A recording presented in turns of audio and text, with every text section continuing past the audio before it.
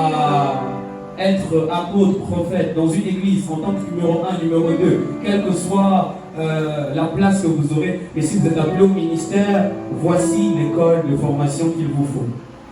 Vous êtes pasteur principal d'une œuvre, voici le lieu où il faut envoyer vos collaborateurs se faire former. Puisque je crois que la formation du numéro 1 ne suffit pas pour que l'œuvre puisse grandir et croître.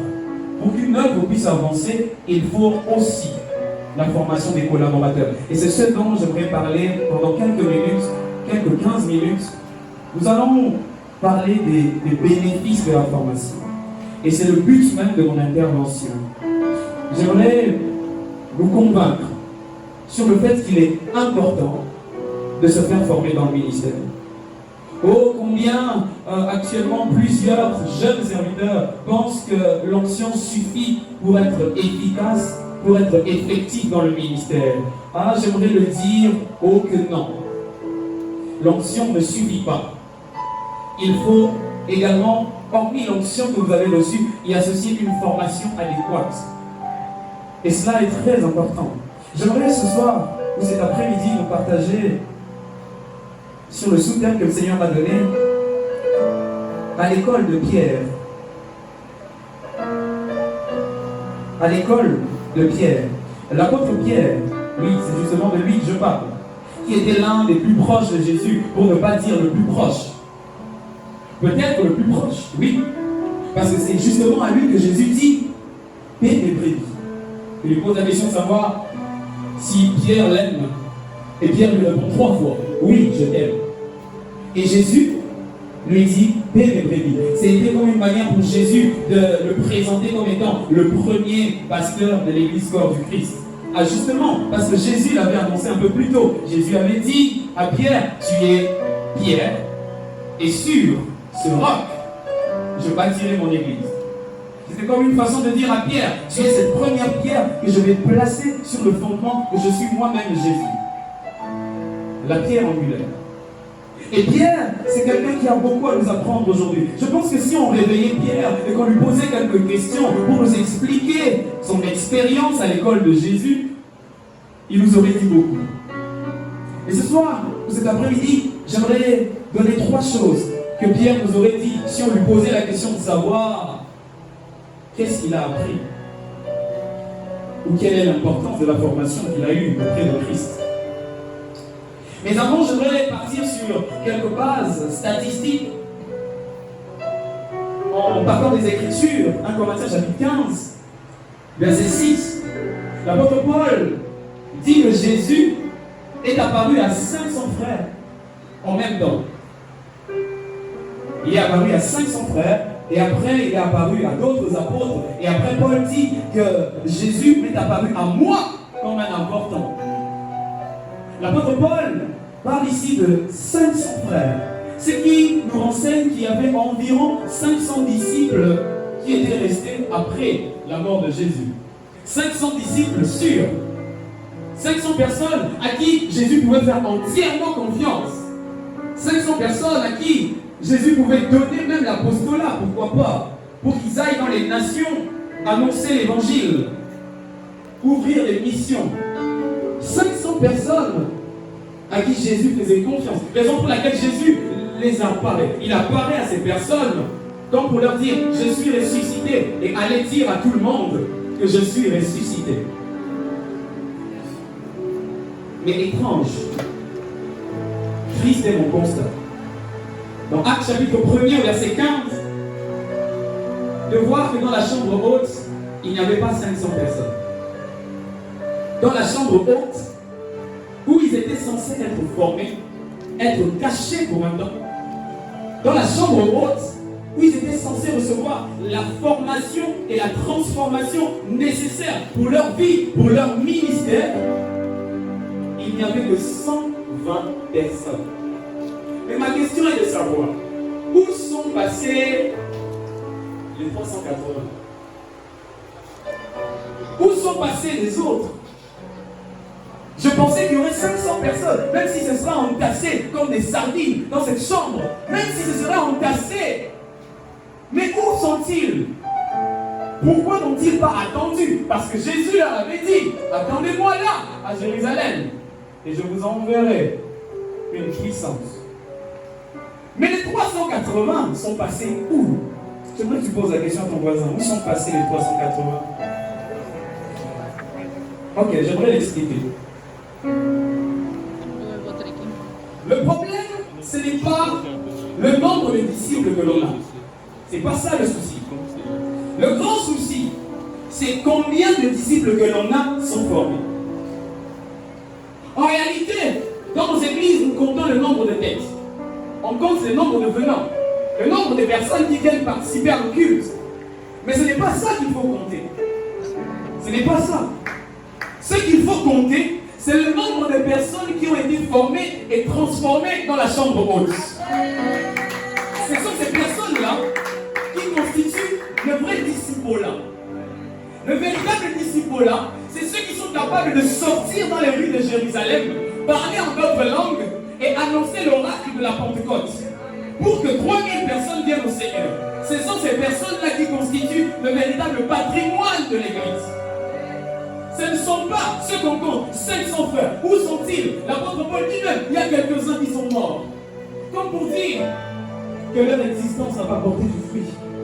C'est comme pour dire que leur existence jusque-là n'a pas été fructueuse pour le royaume de Dieu. Le ratio de formation dans l'équipe de 500 personnes était, permettez-moi, je fais les ressources humaines. Le ratio de formation est de 120 sur 500, ce qui donne exactement 24%. Donc 24% seulement ont accepté de se faire former. Je pense que c'est presque le même ratio dans nos églises. Généralement, très peu de personnes acceptent de passer par le feu, accepter de passer par la formation. Raison pour laquelle je bénis le Seigneur pour ses frères qui sont passés par le feu pendant plus d'une année. Et je vous assure, la raison pour laquelle les gens refusent la formation, c'est parce que, permettez-moi encore d'utiliser l'expression, la formation c'est chaud. Terrible. Accepter d'avoir un zéro là où tu pensais connaître. Tu vas te remettre en question pour dire, est-ce que ma théologie est bonne? Tu vas te poser des questions pour savoir, mais mon Dieu, moi qui pensais déjà être un bon prédicateur, je me rends compte que maintenant j'ai encore beaucoup à apprendre. 24% seulement acceptent de se faire former. Mais maintenant, quels sont les bénéfices de la formation? Je voudrais, frères et sœurs, distingués, serviteurs de Dieu, servants de Dieu, je voudrais attirer toute votre attention ici maintenant. La première des choses que Pierre aurait pu nous dire, c'est que, les amis, je n'ai pas compris ce qui s'est passé. Quand nous avons commencé, nous étions à 12. Jésus nous a fait sortir de la foule. Mais étrange, après 3 ans et demi, nous sommes 120. Je ne comprends pas ce qui s'est passé. Une multiplication extraordinaire. Et Pierre vous aurait dit encore, après quelques jours, nous sommes maintenant à 3000. Ah, étrange. Après quelques jours encore, on est à 5000. Une multiplication que je ne sais pas vous expliquer. Je ne sais pas s'il y a une ONG ou un parti politique qui peut se multiplier aussi rapidement. En très peu de temps, mais beaucoup de résultats. La première des choses que Pierre nous apprend, c'est que la formation apporte la multiplication. Si vous voulez vous multiplier, vous devez apprendre à vous faire former d'abord. Celui qui n'est pas formé ne peut pas multiplier.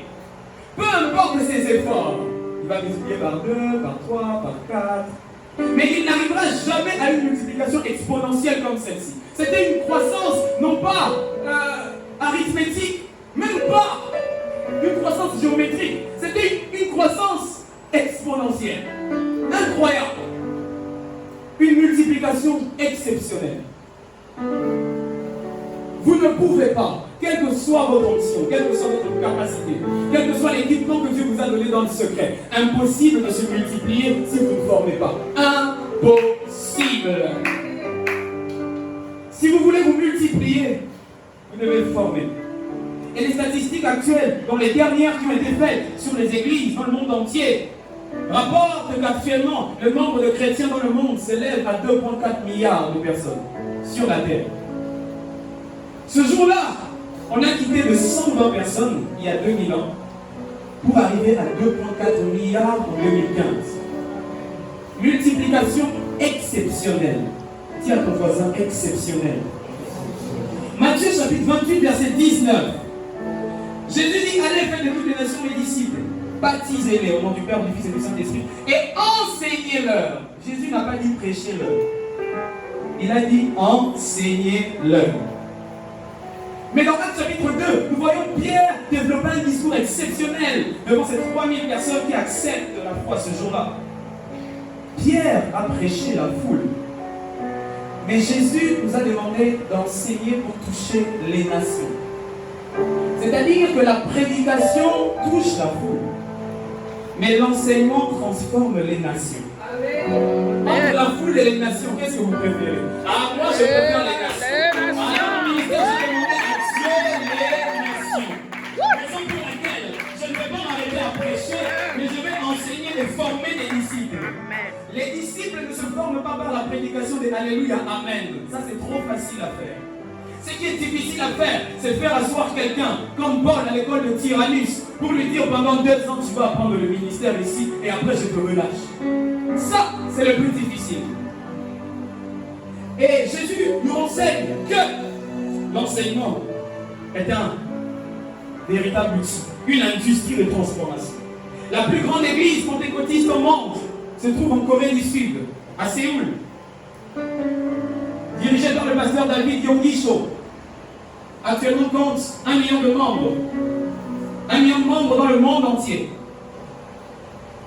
Et les dernières statistiques qui datent de 2016 rapportent que l'église Yoido Full Gospel Church compte plus de 447 temples locaux en Corée du Sud.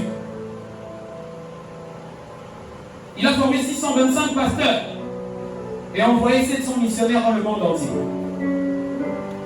Ce qui fait en sorte qu'il soit à 1 million, ce n'est pas parce qu'une seule personne prêche sur les réseaux sociaux et que 1 million de personnes se connectent, non. C'est parce que cette personne a formé 700 missionnaires qu'il a relâchés dans le monde. Souvent, pasteur titulaire, nous faisons le travail que d'autres personnes doivent faire. Nous n'apprenons pas le leadership de la délégation. Non, nous voulons faire un travail. On veut que nous-mêmes, nous soyons là. J'aimerais dire à quelqu'un, tu peux former des gens qui seront tes bras dans le monde entier. Moi, je n'ai jamais arrivé en Chine. Mais tu as envoyé quelqu'un là-bas et cette personne fait ce travail. Surtout dans le leadership congolais, j'ai remarqué cette forme de, vous savez, d'égoïsme, je ne sais pas comment dire. Le pasteur veut tout faire. J'aimerais dire à quelqu'un, il faut former les disciples. Dis à ton voisin, forme les disciples. Le temple de Séoul, de Yoido Full Gospel Church, tient 7 cultes chaque dimanche. Et chaque culte accueille au moins 12 000 fidèles. Chaque dimanche. Non pas à cause de l'œuvre d'un seul homme, mais à cause de l'œuvre que cet homme accomplit au travers de plusieurs. Vous voulez la multiplication? Formez. Qu'est-ce que vous voulez? Une œuvre apostolique? Formez. Vous voulez des églises partout dans le monde? Formez. Vous voulez produire un réveil, un impact, à Moudi, à Kinshasa, en RDC, dans l'Afrique tout entière? Formez. Envoyez vos disciples en formation. Deuxième des choses que l'apôtre Pierre aurait pu nous dire. Je me base dans Luc, chapitre 22, verset 31 à 32. Jésus lui dit, le diable t'a réclamé pour te cribler comme le froment, mais j'ai prié pour toi. J'ai prié. Et lorsque tu seras converti, affermi tes frères. Pierre était réclamé par Satan. Pierre avait un souci avec le diable. Il n'arrivait pas à se détacher de certaines choses.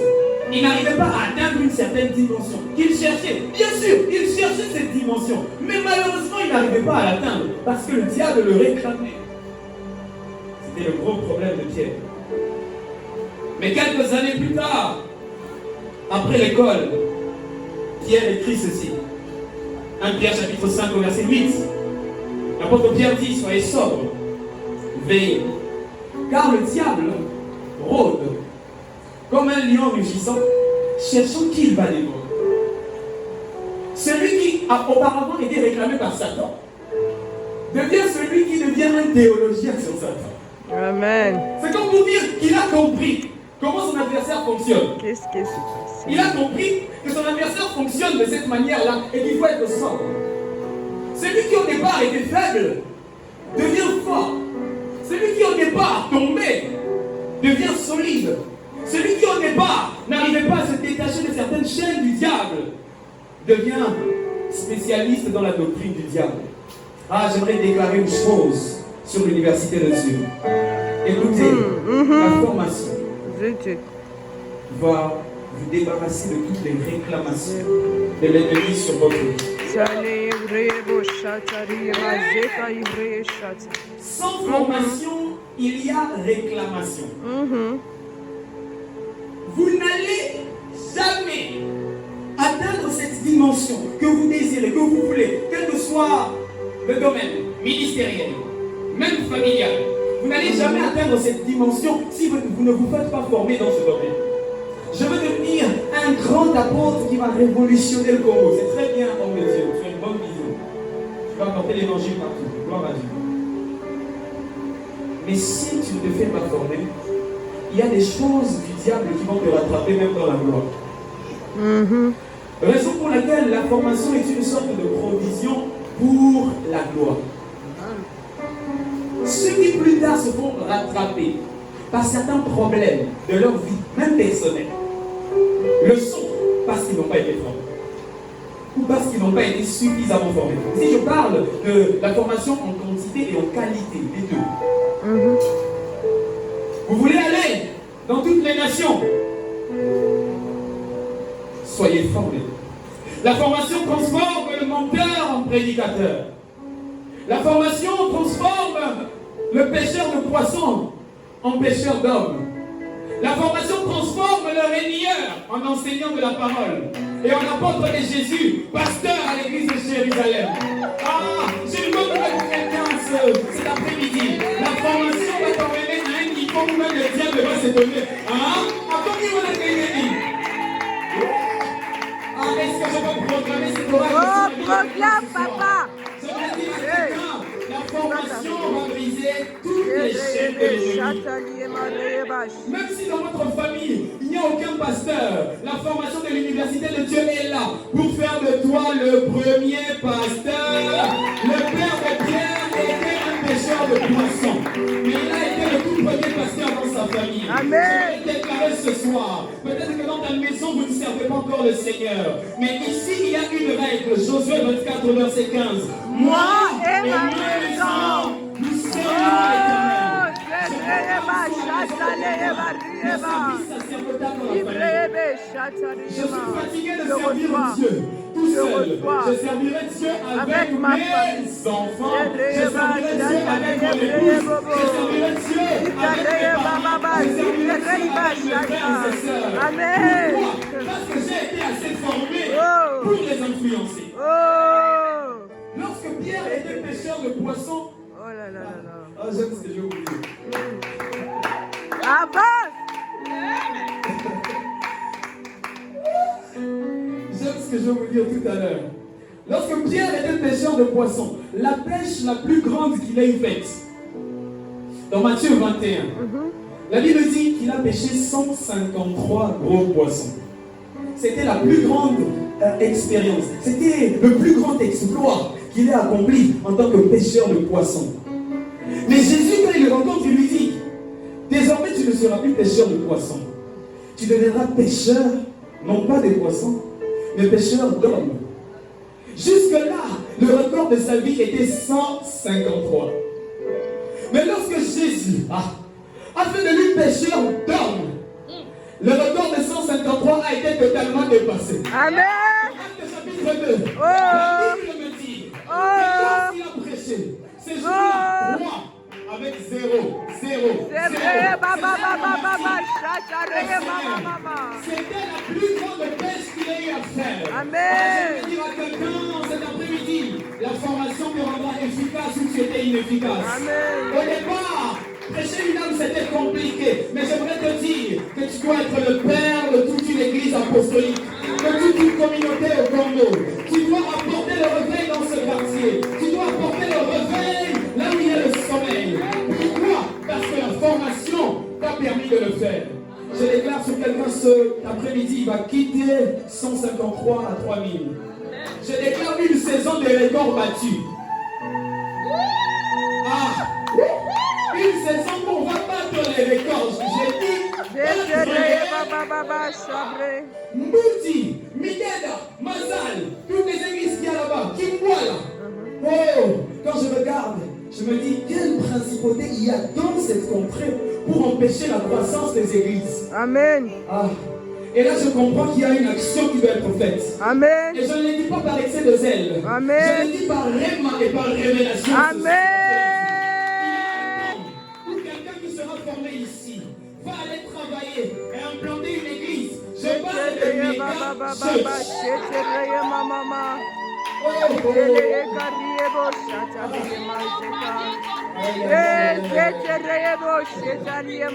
on n'a pas encore une idée de ce qu'on appelle méga church. Non. Jésus dans Matthieu 24, il dit, il lancera de ce jour comme il fut au jour de Noé. Souvent quand on interprète ce passage, on se dit que le jugement va arriver. On a raison. Mais il ne faut pas voir que l'aspect jugement. Il faut aussi voir l'aspect ministériel. À l'époque de Noé, Noé a bâti le plus grand bateau qui existe. Il a bâti un bateau où toute l'humanité a survécu. C'était la préfiguration d'une méga église. Une église tellement gigantesque. À ce temps de la fin. Je veux dire à quelqu'un, en ce temps de la fin, la volonté de Dieu est que nous puissions bâtir des méga churches. Amen. L'arche n'était pas une pirogue. J'ai dit bien l'arche. N'était pas une pirogue. L'arche n'est pas un bateau. L'arche c'est un bâtiment tellement grand. 365 jours. Toute la création a survécu à cet endroit. Que ton ministère ne sera pas limité. Oh, je reçois. Je reçois. Amen.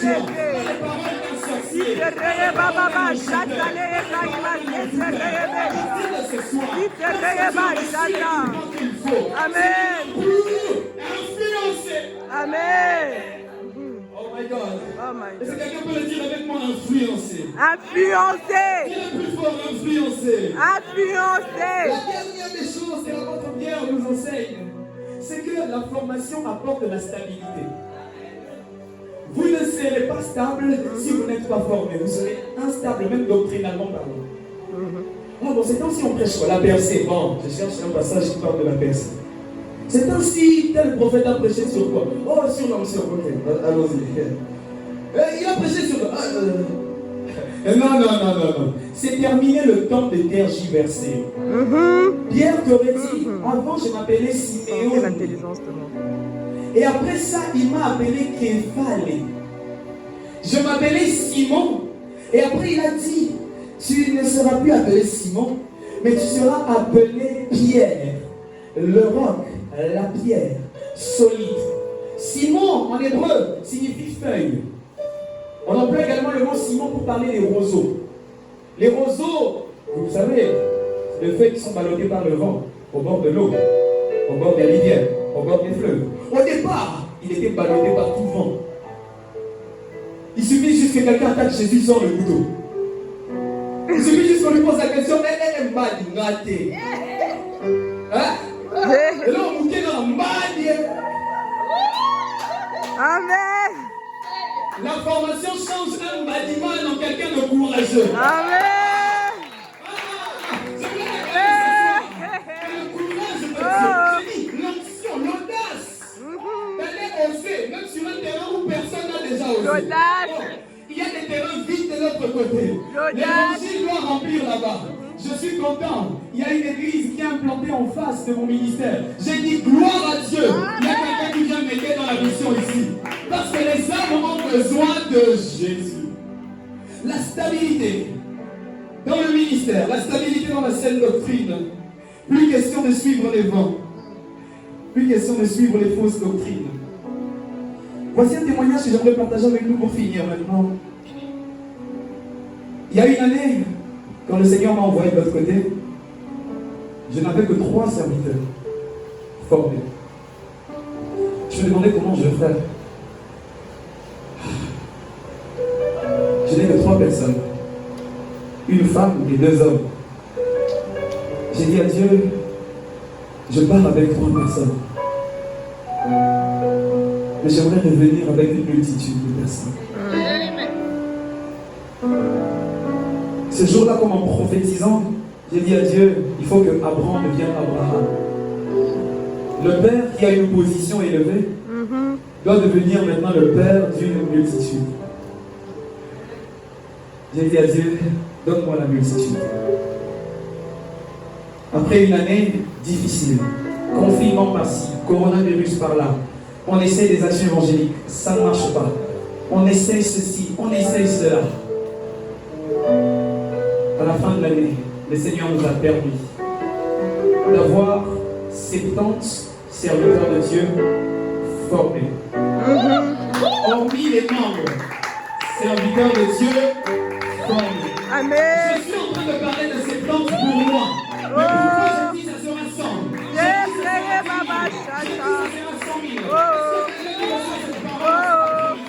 Je dis avec moi ça va plus.